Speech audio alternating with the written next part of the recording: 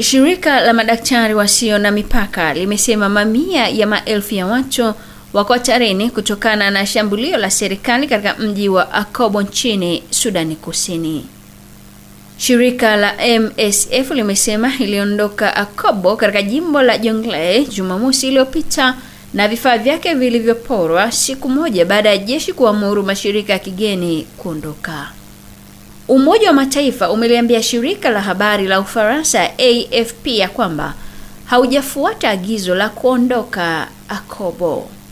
Priyanka Haudoor, msemaji wa ujumbe wa Umoja wa Mataifa nchini Sudani Kusini, amesema walinda amani wa umoja huo wanadumisha uwepo wao Akobo na wanaendelea kutekeleza majukumu yao yaliyoamriwa.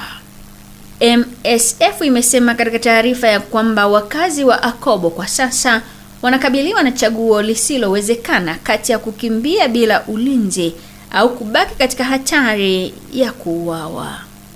Wakati wengine tayari wamekimbia kuvuka mpaka wa karibu na Ethiopia.